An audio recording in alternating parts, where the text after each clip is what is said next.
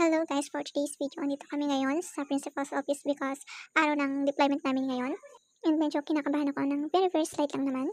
Pero teka lang, gusto ko lang i-flex yung aking bagong shoes na nabili ko sa TikTok. Kung interested kayo, pwede kayo mag-order, i-drop ko na lang yung link dyan sa comment section. Ang ganda-ganda niya guys, parang sinukat siya sa paa ko, saktong-sakto. Bukod pa doon guys, ang sarap-sarap niya sa paa, hindi siya masakit sa paa, promise. Siguro dahil kinagatan ko siya bago ko siya isuot.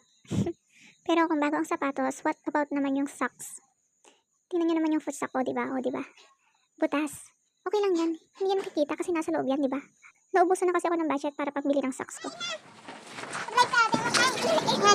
Bob Vlog na. Ay, sa naglalay. Hindi. May anak mo. Uy, paano kaya ang page ni Annalyn? Yung kausap. Yung Bob Vlog. Hindi ka naman online. Yung kikip mo lang po. Ano sa'yo? Kakain na naman ang mga paket mo. Ano, babaita. May tutong dito? Ah, page. Sa kabila. Bibili din ako.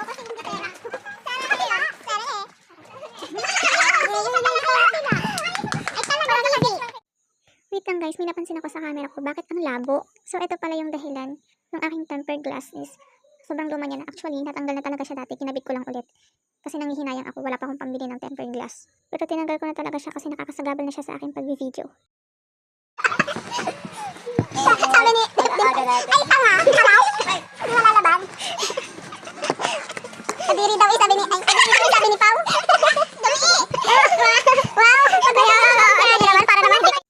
So, ayan, dumating na yung order namin. Ang in-order ko nga ay itong tapsilog. Yum, yum. And syempre, pagkatapos kumain kami ng panghimagas. Actually, nakihingi lang ako sa kaklase ko. So, ayan lang for today. Goodbye!